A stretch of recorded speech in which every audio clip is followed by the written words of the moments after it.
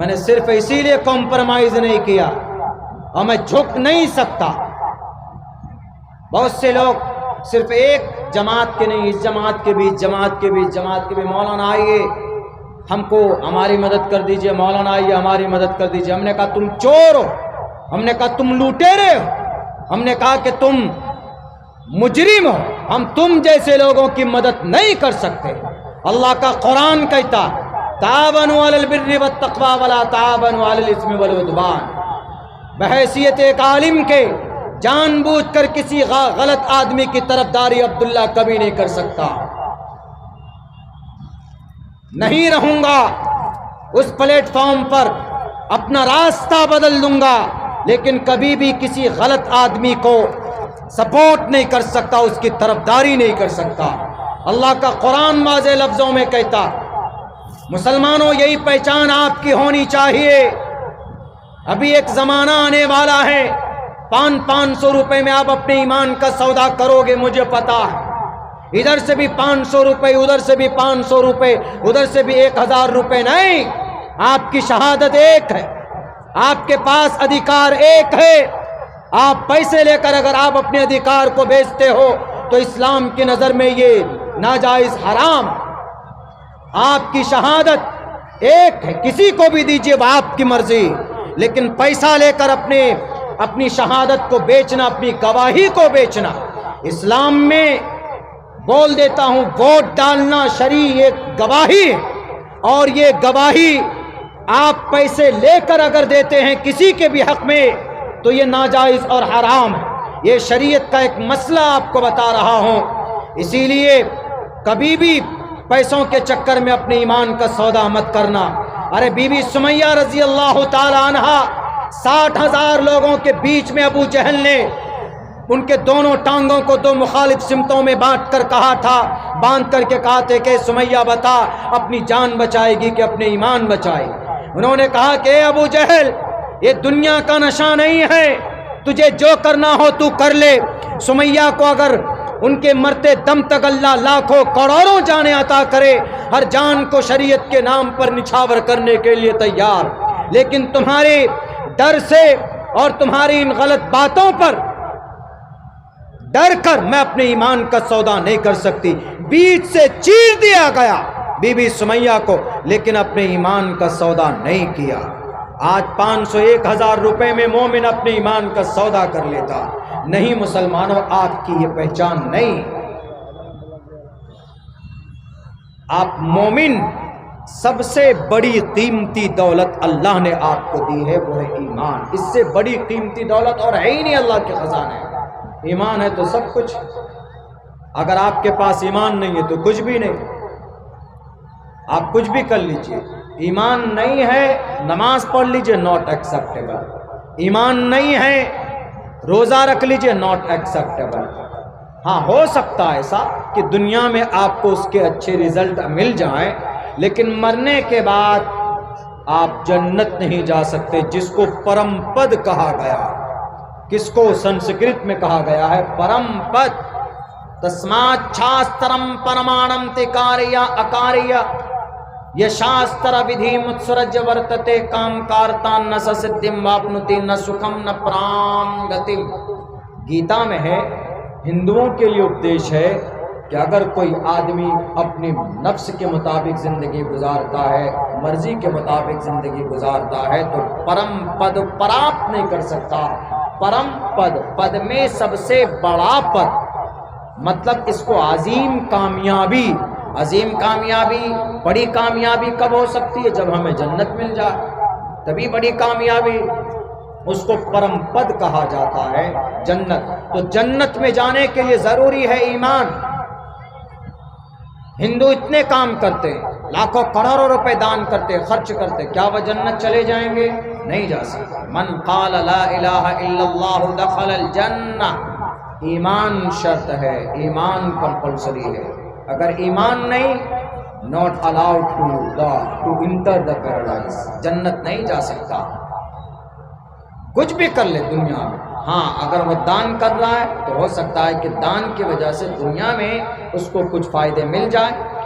نان مسلم ہندو اگر کوئی پنیہ کر لیتا ہے کوئی پنیہ کرتا ہے، کوئی کام کرتا ہے، تو اس کا فائدہ اللہ اس کو دنیا میں ہی دے دیتا، مرنے کے بعد اس کا کچھ حصہ اس میں نہیں ہوتا، اس لیے کہ مرنے کے بعد جنت میں جانے کے لیے، مرنے کے بعد پنیہ کمانے کے، نیکی ملنے کے لیے جزا، بدلہ، اچھے بدلے کی امید وہی کر سکتا ہے جو مومن ہوگا۔ اس لیے ہم مومن، ہم مسلمان، اللہ نے قیمتی دولت سے نوازا، اسی ایمان، اسی دولت کا تقاضا یہ ہے کہ کبھی بھی کسی کے سامنے جھکنا نہیں، اللہ کے سامنے جھکنا ہے اور اپنی شان اور عزت کے ساتھ، آن بان شان کے ساتھ رہنا ہے۔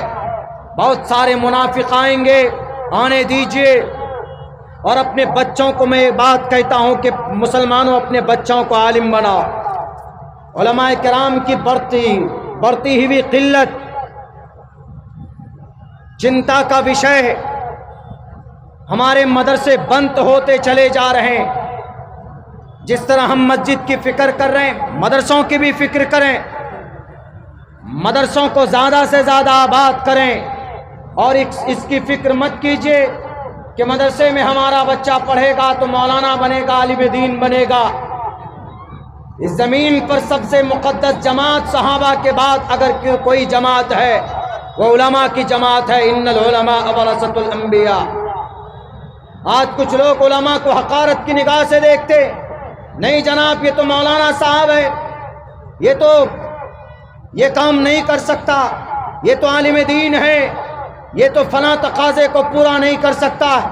وہ جھوٹے ہیں، وہ ڈرتے ہیں یا جلتے ہیں، ورنہ علماء کی وہ جماعت رہی ہے، ہمیشہ سے تاریخ رہی ہے۔ علماء نے بڑی بڑی آندھیوں کا مقابلہ کیا۔ میں نے کل کے جلسے میں بھی کہا تھا، آج بھی کہتا ہوں، اسی بھارت کی دھرتی پر، اکھنڈ بھارت پر حکومت کرنے والا ایک بادشاہ جس کا نام اکبر ہے، وہ اکبر بادشاہ ایک دین لاتا ہے، نئی شریعت لاتا، یعنی ہندو دھرم کی باتیں بھی رکھی گئی، شراب کو جائز قرار دیا گیا، عورتوں کو شراب خانے میں شراب پلانے کی ڈیوٹی پر مسلط کرتا ہے، اور تو اور جناب زنا کو جائز قرار دیا جاتا ہے، داڑھی چھیلنا جائز، کوئی حرام نہیں، کوئی گناہ نہیں، اور بھی بہت ساری ایسی چیزیں شریعت میں گویا کہ اس نے تبدیلی کی، ایک نئی شریعت بنانے کی کوشش کی، نیا دین بنانے کا اس نے کوشش کیا، اس دین کا نام رکھا دین الہی، اکبر کے زمانے میں۔ اور اکبر اگر کوئی فیصلہ کرتا تو کسی کی ہمت نہیں تھی کہ اس کے سامنے میں آنکھوں میں آنکھیں ڈال کر یہ کہے کہ اکبر تم نے یہ غلط فیصلہ کیا۔ برہمن عقیدہ، ہندو عقیدہ، کرسچن عقیدہ، یہ سارے عقیدے ملا دیے سب۔ اس نے کہا کہ ایوری ریلیجن آر ایکول، سارے دھرم کے لوگ، سارے مذہب برابر سرابر، ہم سب کا سمان کرتے ہیں، ہم سب کا سمان کرتے، سارے مذہب ٹھیک ہے اپنی جگہ پر۔ انہوں نے ایک نیا دین بنایا دین الہی کے نام سے، باضابطہ اس کو نافذ بھی کیا، امپلیمنٹ کیا اس کو، اور اس کو سرکاری خزانے سے فنڈ بھی کرتا تھا چلانے کے لیے کہ چلاؤ اس شریعت کو آگے بڑھاؤ۔ جو لوگ کہتے ہیں کہ علماء کچھ نہیں کر سکتے، آؤ جلال الدین اکبر کے دربار میں دیکھو، ان کے اس غلط تحریک کے خلاف سینہ تان کر، سر پہ کفن باندھ کر، کم سے کم 100 ملفوظات لکھے، قلم اٹھایا اور یہ کہا کہ جلال الدین اکبر، تمہارا یہ دین من گھڑت ہے، تمہاری یہ شریعت قرآن کے خلاف ہے، تمہاری یہ لائی ہوئی جو من سنوئی اور من گھڑت جو عقیدے ہیں، اس کو بدلنے کی کوشش کرو، اللہ ورنہ تمہیں عذاب میں ڈالے گا۔ میرے بھائیو، پتہ ہے وہ کون تھا مرد مجاہد؟ وہ کوئی نیتا نہیں تھا، وہ کوئی پی ایم سی ایم نہیں تھا۔ آج کل عالم دین کو حقارت کی نگاہ سے دیکھنے والے، سچی قیادت کوئی کر سکتا ہے تو ایک عالم دین کر سکتا ہے، قوم کی صحیح رہنمائی کوئی کر سکتا ہے تو ایک عالم دین کر سکتا ہے۔ آپ کی جماعت عالم کے بغیر مکمل نہیں ہو سکتی، آپ کی قیادت عالم کے بغیر مکمل نہیں ہو سکتی، گاؤں سماج کا کوئی کام مکمل نہیں ہو سکتا اگر اس گاؤں کے اندر کوئی عالم دین نہ ہو۔ چاہے باہر سے ہو چاہے اسی بستی کا. ارے آپ کا ایمان بھی مکمل نہیں ہو سکتا ہے بنا عالم دین کے. نکاح نہیں ہوگا، نکاح کون پڑھائے گا؟ عالم دین پڑھائے. اگر عالم دین نہ ہو تو آپ قبر میں اتارے نہیں جا سکتے. آپ کا جنازہ پڑھائے گا عالم دین، آپ کا نکاح پڑھائے گا عالم دین، ٹوٹل معاملوں میں عالم دین، طلاق کا خلا کا معاملہ عالم دین حل کرے گا، وراثت کا معاملہ عالم دین حل کرے گا. اور جب بات قیادت کی آئے گی دنیا کے اندر تو آپ کہو گے کہ مولانا لوگ کچھ نہیں کر سکتے. یہ آپ کی کوتاہ فہمی اور آپ کی کم تنگ نظری کی یہ دلیل. عالم کبھی جھوٹ نہیں بول سکتا، عالم کبھی رشوت نہیں لے سکتا، عالم کبھی کسی کو پریشان نہیں کر سکتا، عالم کسی کے ساتھ دغا بازی نہیں کر سکتا. جو عالم ہوگا وہ کبھی بھی ان تمام گناہوں کا مرتکب نہیں ہو سکتا. اس بادشاہ کے خلاف سینہ تان کر کھڑا ہوا اس مرد مجاہد کا نام مجدد الفسانی رحمۃ اللہ علیہ. ایک ٹرم کے بعد، اکبر کے چلے جانے کے بعد فوراً نظام اور سسٹم بدل دیا گیا. وہی شریعت، پھر وہی قانون، وہی قرآن، وہی حدیث جس کو اللہ کے نبی علیہ السلام 1458 سال پہلے لے کر آئے، پھر اس کو پورے چاروں طرف زور و شور کے ساتھ لوگ عمل کرنے لگے. لوگ کہتے ہیں کہ نہیں، اس زمین پر مقدس جماعت اور ہستی کسی کی ہے تو علماء کی. من رأى منکم منکرا فلیغیرہ بیدہ، اس پر سب سے زیادہ عمل کرتے ہیں تو ہمارے علماء کرتے ہیں. میرے بھائیوں، میرے ساتھیوں، اپنے بچوں کو عالم دین بنائیے، اپنے بچوں کو قاری قرآن بنائیے، اپنے بچوں کو بخاری کی تعلیم دیجیے، اپنے بچوں کو مسلم کی تعلیم دیجیے، اپنے بچوں کو قرآن کریم سے جو مسائل کا استنباط ہوتا ہے اس کی تعلیم دیجیے. دنیا کی فکر مت کیجیے. اور الحمدللہ ہمارا علاقہ سیمانچل، ہمیں گرو ہوتا ہے کہ میں سیمانچل میں ہوں. مجھے فخر بھی ہوتا ہے کہ ہم سیمانچل کی دھرتی میں ہیں، جہاں پر پورے بہار میں سب سے زیادہ کثیر تعداد میں اگر علماء کی، حفاظ کی، قراء کی تعداد کسی دھرتی پر ہے تو وہ ہمارے سیمانچل کی دھرتی پر ہے. ہمیں اس بات پر بہت زیادہ گرو ہے، فخر ہے. اور ہندو دھرم میں تو یہ کہا گیا کہ جس کے اندر گیان ہو، جس کے اندر ایشور، عالم کا مطلب اللہ کی شریعت کا گیان، قرآن کا گیان، قرآن کا نالج، شریعت کا نالج. ہندو دھرم میں ایسے کہا گیا کہ جس کے اندر ایشور کا نالج گویا وہ ایشور. بہونام جنمنامنتے گیان مان مام پرپدیتے واسودیوا سرومتی سمہاتما. مہاتما ہوتا ہے. ہم لوگ مہاتما کس کو کہتے ہیں؟ مہاتما اس کو کہتے ہیں کہ جو مہا پروش ہوتا ہے. لیکن یہاں پر سنسکرت میں کہا گیا کہ مہاتما وہ نہیں ہوتا جو مہان ہوتا. موہن داس کرم چند گاندھی کو مہاتما کہتے. مہاتما کا خطاب کسی مسلمان نے دیا تھا ان کو، تو ان کو مہاتما. لیکن نہیں، ویدوں کی دنیا میں مہاتما اس انسان کو کہا جاتا ہے، اس پروش کو کہا جاتا ہے جس کے اندر سب سے زیادہ گیان ہو ایشور کا، جس کے اندر سب سے زیادہ گیان ہو. جیسے ہمارے علماء ہیں، عالم دین ہیں، قاری قرآن، حافظ قرآن ہیں، تو اس کو آپ سنسکرت کی زبان میں مہاتما کہہ سکتے ہیں. مہا آتما مہا پروش ہے، چونکہ گرو گیانی، ان کو گیان ہے. تو ہندو دھرم میں یہ کہا گیا کہ جس کے اندر ایشور کا گیان، گویا اس کے اندر ایشور ہے. ایشور کا گیان ہے تو مطلب ایشور ہے. ادارا سرو ایویتے گیانی تاتمے ومیمتم آستتہ سیکتاتما مامیوامت تمام گتی. جس کے اندر ایشور کا گیان ہوتا ہے اس کا سمان کرو، اس کی عزت کرو.